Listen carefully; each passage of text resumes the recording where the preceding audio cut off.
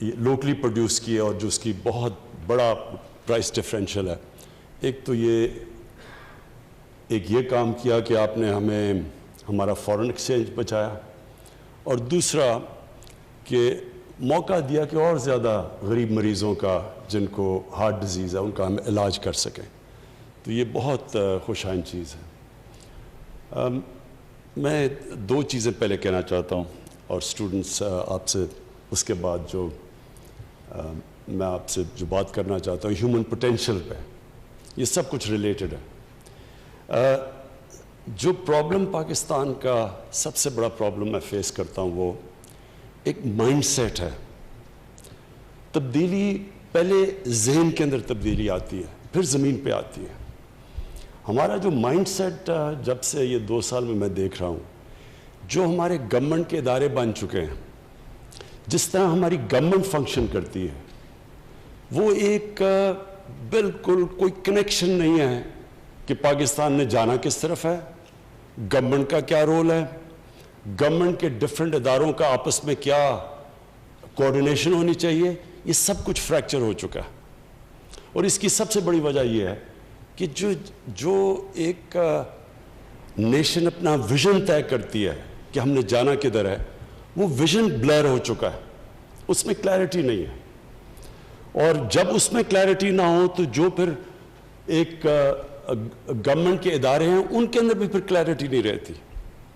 دیکھیں سب سے بڑا پرابلم ہمارا اس وقت کیا ہے, جو اگر میں ایک پرابلم بتاؤں جو سب سے بڑا ہمارا پرابلم یہ ہے کہ کبھی بھی کوئی ملک آگے بڑھ ہی نہیں سکتا جس کی جب 2 سال پہلے ہمیں گورنمنٹ ملی تو 60 ارب ڈالر کی اس کی امپورٹس ہوں اور اس کی ایکسپورٹس 20 ارب ڈالر کی ہوں, اور 20 ارب ڈالر بھی 25 ارب ڈالر سے 20 ارب ڈالر پہ آئی ہو, یعنی امپورٹ کم ہو گئی, ایکسپورٹ کم ہو گئی ہو پہلے سے.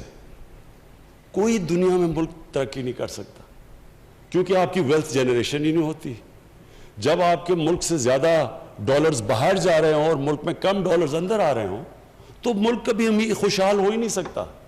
ہر تھوڑی دیر کے بعد ہمیں آئی ایم ایف کے پاس چلے جانا پڑتا ہے. کیوں آئی ایم ایف کے پاس جاتے ہیں؟ کہ ہمارے پاس ڈالر کی کمی ہو جاتی ہے, ہمارے ریزروز ختم ہو جاتے ہیں. ریزروز نے ختم ہونا ہی ہے جبکہ آپ 40 ارب ڈالر ٹریڈ گیپ جس ملک میں ہو, وہ پریشر تو ریزروز پہ پڑے گا, فارن ایکسچینج ریزروز پہ. جب ریزروز کم ہوں گے روپیہ گرنا شروع ہو جائے گا. جب روپیہ گرے گا تو مہنگائی آئے گی, کیونکہ ساری چیزیں جو ہم امپورٹ کرتے ہیں, تیل ہے, جو گیس, جو بنیادی جو پھر ٹرانسپورٹ میں جاتی ہیں, جو بجلی بنانے میں جاتی, سب مہنگی ہو جاتی ہیں. پام آئل امپورٹ کرتے ہیں ہم, گھی مہنگا ہو جاتا ہے, دالیں آج کل امپورٹ, وہ سب مہنگی. جب آپ کا روپیہ گرتا ہے تو وہ ملک غریب ہوتا جاتا ہے. تو سب سے پہلی چیز یہ کہ اگر ہم نے ملک کو ڈیولپ کرنا ہے تو زیادہ ڈالرز کو اندر آنا چاہیے ملک کے بنسبت باہر جانا چاہیے. تو چائنا کی جو ڈیولپمنٹ ہوئی ہے وہ کیوں ہوئی؟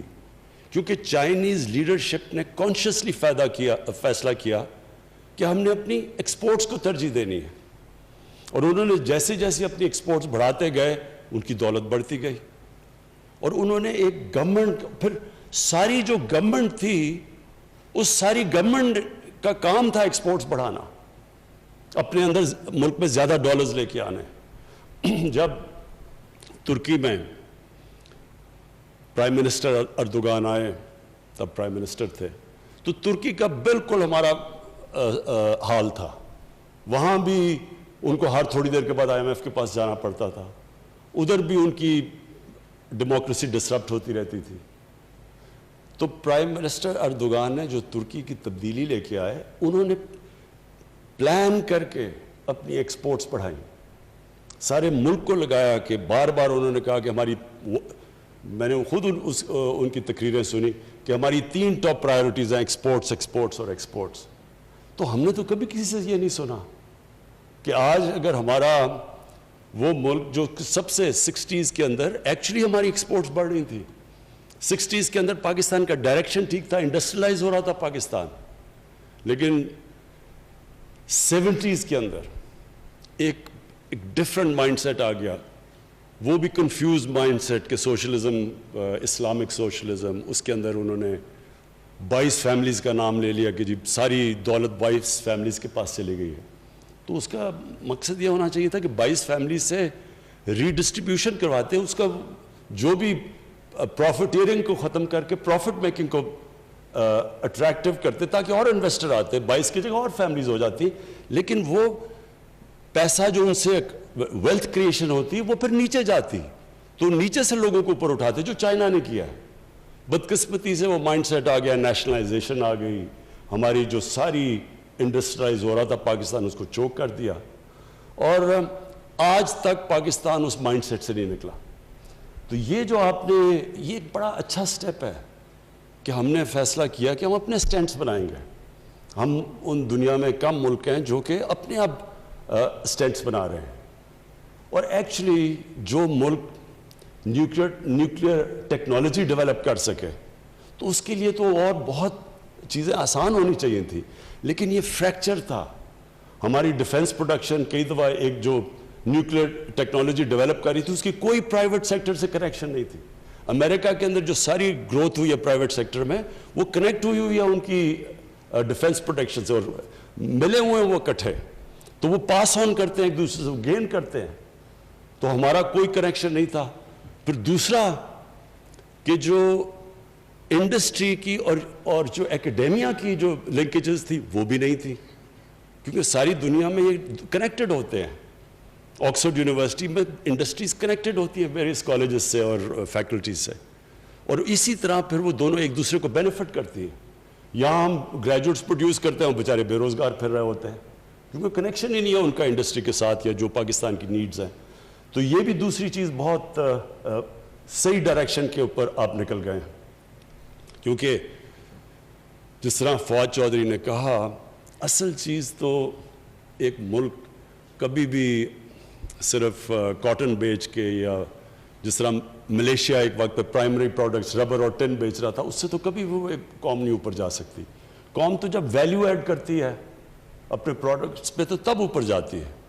تو چھوٹا سا سنگاپور اگر اس کی 300 ارب ڈالر سے زیادہ ایکسپورٹس ہیں اور ہم 22 کروڑ کے لوگ اور ہماری 25 ارب ڈالر کی اگر ایکسپورٹس بھی ہیں, تو اس میں ایک بڑا غلط ڈائریکشن پہ پاکستان نکلا ہوا تھا. تو اب یہ اس کو ڈائریکشن کو ٹھیک کرنا ہے اور مائنڈ سیٹ کو ٹھیک کرنا ہے. جو ہمیں چیلنج آ رہا ہے گورنمنٹ ڈپارٹمنٹس کو بتانا ہے کہ آپ کا کام ہے کہ اس ڈائریکشن پہ جو بھی ایکسپورٹ انڈسٹری جو بھی ایکسپورٹس کی طرف جا رہا ہے, جو انڈسٹریلائز پاکستان کو کرنا چاہتا ہے, ویلتھ کریشن کی طرف جاتا ہے, ساری گورنمنٹ ڈپارٹمنٹس کو اس کی مدد کرنی چاہیے. ایف پی آر کو مدد کرنی چاہیے. جو باقی ہماری جتنے بھی جس کو ریڈ ٹیپ کہتے ہیں, وہ بجائے ان کی مدد کرنے کے رکاوٹیں ڈال دیتے ہیں ان کے راستے میں, کیونکہ مائنڈ سیٹ ابھی تک وہی سوشلسٹ مائنڈ سیٹ ہے کہ پروفٹ میکنگ کو کرائم سمجھا جاتا ہے. وہ 70s میں مجھے ابھی بھی یاد ہے کہ جو 70s کے پولیٹیشنز تھے ان میں ایک ہمارے ساتھ بھی آئے, ہم نے جب پارٹی شروع کی تو مجھے وہ یاد ہے وہ اپنی تقریر شروع ہی کرتے تھے جاگیردار کو پہلے برا بھلا اور اس کے بعد سرمایہ کار کو برا بھلا. تو اگر سرمایہ کاری نہیں ہوگی, انویسٹمنٹ نہیں ہوگی, تو ملک آگے کیسے بڑھے گا, ویلتھ کریشن کیسے ہوگی. جو ہمارا گورنمنٹ کی جو ہم کوشش کر رہے ہیں, آپ مائنڈ سیٹ چینج کر رہے ہیں کہ ویلتھ کریشن, ایک ملک کے اندر انویسٹمنٹ ہو, بزنس چلے, باہر سے لوگ آئیں. جو ہمارے سب سے بڑا پاکستان کا ساسا اوورسیز پاکستانی ہے. لوگ اس چیز کو سمجھتے نہیں ہیں کیونکہ لوگوں کا انٹریکشن ان سے نہیں ہے. میرا سب سے پرانا انٹریکشن اوورسیز پاکستانی سے, جب میں کرکٹ کھیلتا تھا تب میں جب دنیا میں جاتا تھا تو پاکستانی آتے تھے جو وہاں باہر بیچارے, وہ سب سے زیادہ پیٹریوٹک پاکستانی ہے. وہ جب باہر جاتا ہے ملک, جب باہر کے معاشرے میں جب وہ رہتا ہے تو اس کو اپنے ملک کی زیادہ قدر ہو جاتی ہے. اور خاص طور پہ اب جو اسلاموفوبیا ہے باہر, ان کو تو اور زیادہ قدر ہے پاکستان کی. ہم تو وہ خوش قسمت ملک ہیں, اگر ہم اپنی انوائرمنٹ ٹھیک کر دیں, اگر ہم ریسیپٹیو ہو جائیں, تو سب سے زیادہ اس ملک کو جو بینیفٹ کرے گا وہ اوورسیز پاکستانیز ہیں. ان کا سکلز ہیں, ان کے پاس ہر چیز میں ایکسپرٹیز بیٹھی ہوئی ہے باہر. زبردست انٹرپرنرز باہر بیٹھے ہوئے ہیں, ہر ایریا میں پروفیشنلز بیٹھے ہوئے ہیں. ہم نے صرف ایک ملک میں ماحول پیدا کرنا ہے تاکہ وہ واپس آئے. اور بدقسمتی سے جب ہماری گورنمنٹ شروع میں آئی تو مجھے بڑی افسوس ہوا کہ ہم وہ ماحول نہیں پیدا کر پائے. ایک دم آ گیا کہ جی یہ ڈیول نیشنل ہے, یہ تو جس طرح کوئی غدار ہو گیا. بھئی وہ ڈیول نیشنل کیوں بنا ہے؟ کیونکہ پاکستان کا بدقسمتی سے ہم نے اپنی فورن پالیسی اتنی بری طرح کنڈکٹ کی, ہمارا امیج اتنا برا تھا کہ ہر پاسپورٹ ٹریول کرنا مشکل ہو گیا تھا. تو ہم ان کو اس چیز پہ یہ نہ سمجھے, وہ لوگ ترستے ہیں پاکستان کے لیے, اور ان کے لیے صرف ہم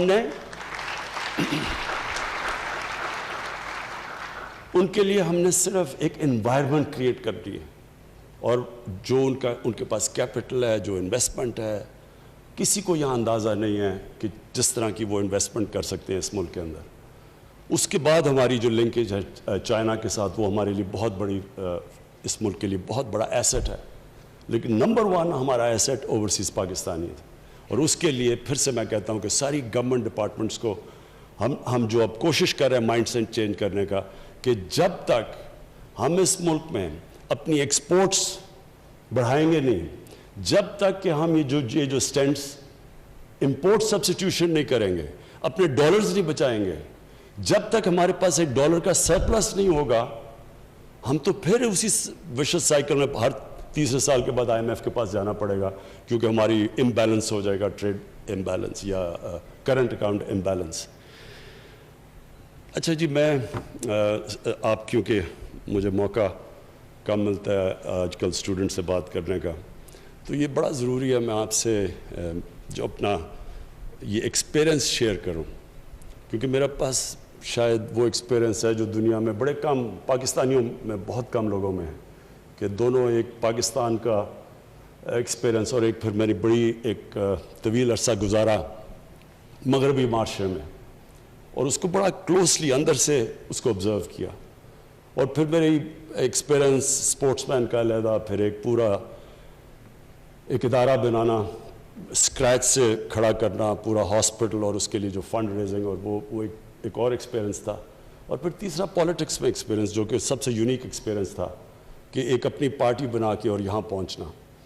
تو جو میں آپ کو اپنے ایکسپیرئنس سے جو سب سے امپورٹنٹ چیز آپ کے لیے جو میں آپ کو ایک لیسن دینا چاہتا ہوں, جو آپ کے لیے بڑا کام آئے گا, وہ سب سے امپورٹنٹ چیز یہ ہے کہ انسانوں کو اللہ نے جب اشرف المخلوقات بنایا تو ایک چیز سمجھ جائیں کہ انسان کے پاس وہ پوٹینشل ہے جو کسی اور اللہ کی مخلوق کے پاس نہیں ہے.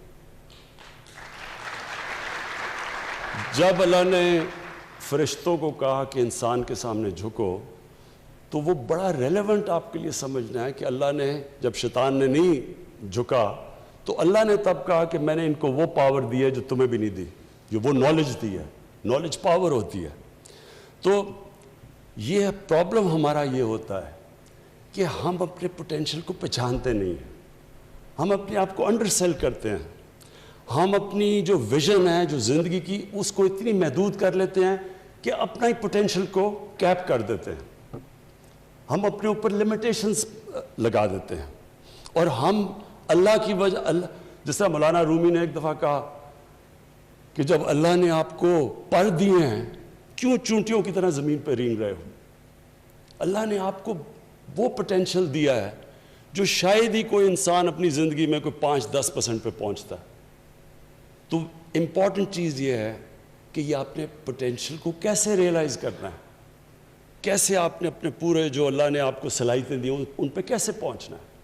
تو اس کے جو نمبر 1 ریکوائرمنٹ ہوتی ہے کہ آپ کی ویژن کیا ہے زندگی کی, آپ کیا بننا چاہتے ہیں. اور یہی پھر ایونچولی ملک پہ بھی ٹرانسلیٹ ہوتی ہے کہ ملک کیا بننا چاہتا ہے. کیا وہ کسی نے کہا جی ایشین ٹائیگر بننا چاہتے ہیں. ایشین ٹائیگر تو کوئی ایک ویژن نہیں ہونی چاہیے ملک کی. تو ڈیفائن کریں پہلے کہ آپ ایک انسان کیا بننا چاہتا ہے, اور جب آپ یہ فیصلہ کرتے ہیں کہ آپ کیا بننا چاہتے ہیں, وہ ڈیفائن کرے گا کہ آپ کا پوٹینشل کیا ہے. مثلا میں جب کرکٹ کھیلتا تھا تو میرے سے بڑے زیادہ ٹیلنٹڈ لڑکے تھے، لیکن وہ جب ٹیسٹ ٹیم میں آتے تھے تو وہ سمجھتے تھے کہ بس انہوں نے زندگی میں اچیو کرنا تھا وہ کر لیا، وہ ادھر ہی رک جاتے تھے۔ کئی کھلاڑی جو بہت زبردست کھلاڑی تھے، جیسے انہوں نے کرکٹ چھوڑی، کرکٹ میں بڑی چیزیں سیکھتا ہے۔ دیکھیں آپ مقابلہ سیکھتے ہیں، سپورٹس میں سیکھتے کیا ہے؟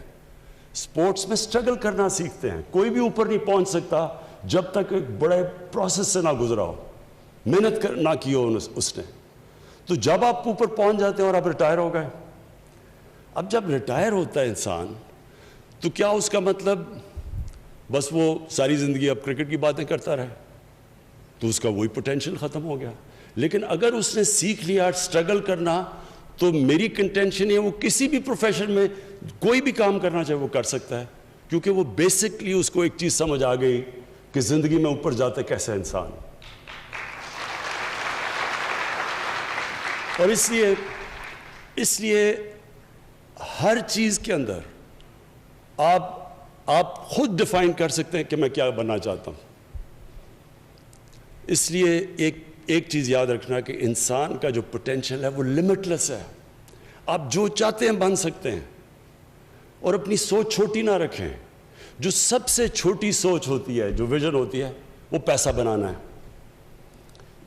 میں اپنی زندگی میں بڑے قابل، اپنی یونیورسٹی میں بھی ملا، ایچ ایس این میں بھی بڑے قابل لڑکے تھے، لیکن وہ کیوں زیادہ اوپر نہیں گئے؟ مطمئن ہو گئے مٹیریل کمفرٹ سے۔ جو مٹیریلزم جس کی صرف ویژن یہ اس پہ رک جاتی ہے کہ میں نے پیسہ بنانا ہے، میں نے کمفرٹ کرنا ہے، یہ بڑی چھوٹی ویژن ہوتی ہے۔ جو میرا نچوڑ ہے زندگی کا وہ یہ کہ ساری زندگی کا فلسفہ نماز کے اندر اس چیز پہ آ جاتا ہے جو آپ اللہ سے مانگتے ہیں کہ اللہ مجھے ان کے راستے پہ لگا جن کو تو نے نعمتیں بخشیں، ان کے نہیں جو غلط راستے، اپنی تباہی کے راستے پہ چلے گئے۔ یہ جو اللہ کہتا ہے نا 5 وقت نماز پڑھو، یہ بھی بائی دا وے میں نے بڑی لیٹ اپنی زندگی میں اس چیز کو سمجھا۔ یہ ہے زندگی کا آپ کا فلسفہ، کیونکہ جب آپ اس کے اوپر غور کریں گے تو کس کو اللہ نے نعمتیں بخشی؟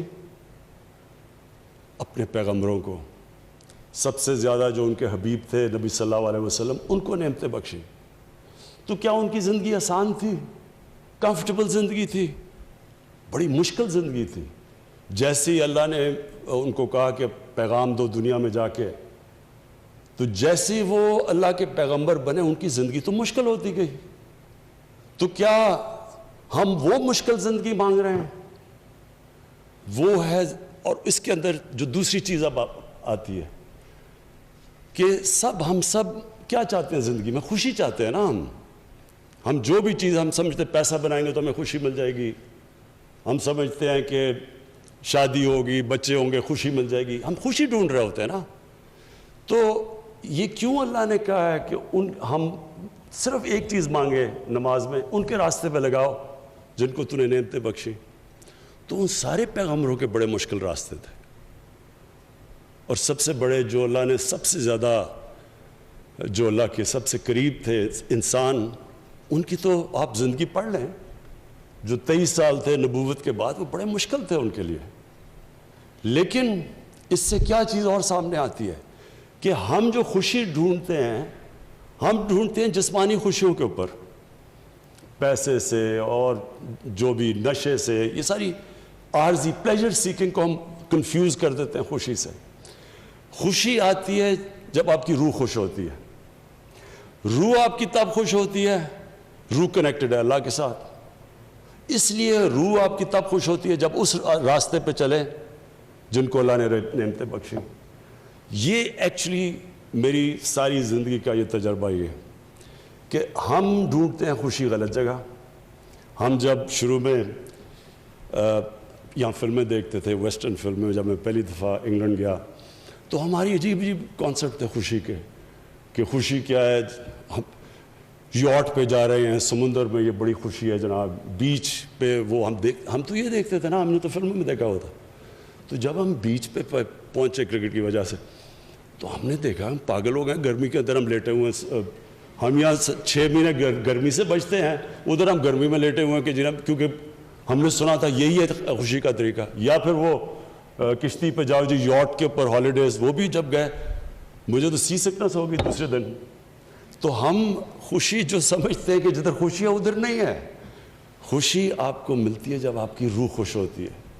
اور روح خوش میری کب ہوئی؟ کیونکہ مجھے تو کرکٹ میں سب سے زیادہ اپنے جب میں کھیلتا تھا اللہ نے مجھے وہ کامیابی دی اور وہ ہائٹس دی جو اس وقت تو کسی کو نہیں ملی تھی.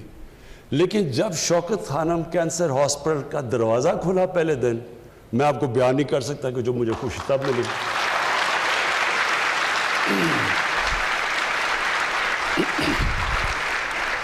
کہنے کا میرا مقصد یہ ہے کہ دیکھیں خوشی اللہ دیتا ہے، کیونکہ آپ کی روح جب خوش ہوتی ہے اس کا مطلب آپ صحیح راستے پہ ہیں. تو یہ یاد رکھیں کہ یہ جو ہم سارا وقت خوشی ڈھونڈتے ہیں وہ سارا فلسفہ ادھر ہے کہ اللہ ان کے راستے پہ لگا جن کو تو نے خوشیاں دی، ان کے نہیں جو غلط راستے پہ چلے گئے. یہ آپ کو قرآن بار بار کہتی ہے کہ سوچو، ڈیلیبریٹ کرو، جائزہ لو، اپنی زندگی کا دیکھو، ہر جگہ اللہ کے اشارے ہیں. جتنا آپ اس کے اوپر کانسنٹریٹ کریں گے کہ وہ آپ کو شو کرے گا کہ آپ کا راستہ کیا ہے، جو آپ کا قبلہ کیا ہے، زندگی کا مقصد کیا ہے. 2 چیزیں سائنس آپ کو کبھی نہیں بتا سکے گی کہ اس دنیا میں آنے کا مقصد کیا ہے اور جب ہم مرتے ہیں تو اس کے بعد ہمیں کیا ہوتا ہے. اس کی صرف اور صرف آنسر اللہ نے جتنے بھی دنیا میں اپنے مذہب دیے ہیں انہی کے اندر صرف آنسر ہے. کسی سائنس میں نہیں اس کی آنسر. اور وہ اس کے اوپر وہ سارا فلسفہ ختم ہو جاتا ہے اس چیز کے اوپر کہ اللہ ان کے راستے پہ لگا جن کو تو نے نعمتیں بخشی. آپ سب کے لیے جو سب سے امپورٹنٹ چیز ہے کہ آپ کی ویژن کیا ہے. یہ ڈٹرمن کرے گا آپ کا پوٹینشیل کتنا ہوگا، کدھر تک آپ دنیا میں پہنچیں گے. نمبر 2، جتنی آپ کی بڑی ویژن، اونچی ویژن ہوگی اتنی آپ کو مشکلوں کا سامنا کرنا پڑے گا. زندگی جب آپ سٹرگل کر رہے ہوتے ہیں اور جب آپ بڑی کسی بھی ویژن کی طرف جا رہے ہوتے ہیں، کبھی اسٹریٹ لائن میں زندگی نہیں جاتی، ہمیشہ سائیکلز میں جاتی ہے. جو آپ کو آپ کی کامیابی وہ ڈپینڈ کرے گی کہ آپ دونوں اوپر اور نیچے سائیکل پہ آپ کیسے ریئیکٹ کرتے ہیں. جو اوپر کے سائیکل کے اوپر کمپلیسنٹ ہو جاتا ہے اس کا مطلب کہ اس کا نیچا سائیکل زیادہ ہو جاتا ہے. اور جو نچلے سائیکل کے اوپر جب برا وقت ہوتا ہے اس میں سیکھتا ہے، سول سرچنگ کرتا ہے، اپنی غلطیوں کا جائزہ لیتا ہے، پھر محنت کر کے پھر جب آتا ہے تو اس کا سائیکل وہ اور اوپر چلا جاتا ہے. اس طرح دنیا کی زندگی کی سٹرگل جاتی ہے. جو نچلے سائیکل کے اوپر ڈیمورلائز ہو جاتا ہے، بڑے بڑے بزنسز میں نے اپنی زندگی میں دیکھے، جب ان کو لاس ہوا، جب بزنس میں پرابلمز آئے تو انہوں نے شارٹ کٹ لے لی، انہوں نے فراڈ کر دیا بچنے کے لیے. تو جب آپ نچلے سائیکل کے اوپر ڈیمورلائز ہو جاتے ہیں، آپ کوئی فراڈ کرتے ہیں، وہ آپ کی زندگی کا پوٹینشیل ختم ہو جاتا ہے. اس کا مطلب کہ آپ اوپر نہیں واپس آ سکتے. تو جو نچلے سائیکل کے اوپر جب مشکل وقت ہوتا ہے اس میں صبر کرتا ہے. اللہ قرآن میں کہتا ہے کہ میں تمہیں بار بار آزماؤں گا. اللہ کی آزمائش بار بار آتی ہے. نبی صلی اللہ علیہ وسلم کے اوپر کتنی آزمائشیں آئیں، تو کبھی کسی نے آپ ان کی کتنی بھی لائف ہسٹری پڑھیں، کبھی کسی نے ان کو ڈیمورلائز دیکھا، کبھی کسی نے ان کو دیکھا کہ وہ ڈپریس ہو گئے ہیں. وہ ہر آزمائش کو لیتے تھے اللہ کی طرف سے، اور پھر جو مقام اللہ نے ان کو دیا، تو کسی نے بھی، آپ چاہے اسلام کے آپ مسلمان ہیں یا نہیں، دنیا کی تاریخ میں کسی انسان کو وہ مقام ملا نہیں، نہ مل سکتا ہے جو نبی صلی اللہ علیہ وسلم کو ملا. اور اس کی وجہ ہے، اور اسی لیے قرآن کے اندر ہمیں کہا گیا کہ ان کی زندگی سے سیکھو، ان کی سنت پہ چلو. یہ بھی بڑا امپورٹنٹ ہے آپ کے لیے سمجھنا. میں نے کئی دفعہ لوگوں سے بات کرتا ہوں اس چیز کی، تو لوگ مجھے کہتے ہیں کہ جی وہ تو اللہ کے پیغمبر تھے، تو ہم ان کی زندگی پہ کیسے ہم ان کو کیسے فالو کر سکتے ہیں. قرآن نے اس لیے ہمیں کہا ہے اللہ کو نہیں پتا وہ ان کے پیغمبر تھے، لیکن اللہ نے ہمیں کہا ہے کہ ان کی زندگی پہ چلو، ان کی زندگی سے سیکھو، ان کی سنت پہ چلو۔ مطلب اس کا یہ ہے کہ اگر آپ نے اوپر جانا ہے تو ان کی زندگی سے سیکھو، کیونکہ وہ ایک رول ماڈل ہے، ان کو اپنا رول ماڈل بناؤ۔ ہم ان کو صرف یعنی جو نیگیٹو سائڈ ہے سیکولرزم کی، ہم یہ کیا کر دیتے ہیں کہ اس کو دین کے اندر ساری نبی صلی اللہ علیہ وسلم کی زندگی اور قرآن کو دین کی طرف کر دیتے ہیں اور اپنی زندگی کو علیحدہ کر دیتے ہیں۔ یہ ہمارا سب سے بڑا پرابلم ہے۔ وہ ہماری ڈیلی زندگی کے اندر لیسنز آتے ہیں، جتنی آپ ان کی زندگی اسٹڈی کریں گے آپ کو ہر وقت زندگی کے اندر وہ ڈائلیماز ہوں گے۔ 5 وقت کی نماز کیوں ہے؟ کیونکہ دن میں مجھے کئی دفعہ دن میں کتنی دفعہ ہوتا ہے کہ 2 راستے آ جاتے ہیں، اس راستے پہ جانا ہے یا اس راستے پہ جانا ہے۔ کئی دفعہ آپ کو یہ پرابلم، آپ کو ہر وقت جتنی آپ اسٹرگل کرتے رہیں گے آپ کے سامنے 2 راستے آ جائیں گے، اور وہی ہوتا ہے آپ کی کامیابی یا آپ کی فیلئر کے راستے۔ وہی ہے کہ ان کے راستے جن کو نعمتیں بخشی، یا وہ راستے پہ چلے جاؤ جو آپ کی تباہی کا راستہ ہے۔ اور پھر ایک قرآن کی آیت ہے کہ کئی چیزوں کو جو آپ اچھا سمجھتے ہیں وہ آپ کے لیے بری ہیں، اور جن کو آپ برا سمجھتے ہیں وہ آپ کے لیے اچھی ہیں۔ اس پہ بھی جب آپ غور کریں گے تو آپ سمجھیں گے کہ ہمارے سامنے ہمیشہ ٹیمپٹیشن ہوتی ہے آسان راستہ لے لو۔ کئی دفعہ ٹیمپٹیشن آتی ہے کہ کون سٹرگل کرے سارا وقت، صبح اٹھو وہ سارے ڈاکو اکٹھے ہو کے کبھی کچھ کریں کبھی کریں، آسان راستہ لے لو، کمپرومائز کر دو، ان کو معاف کر دو۔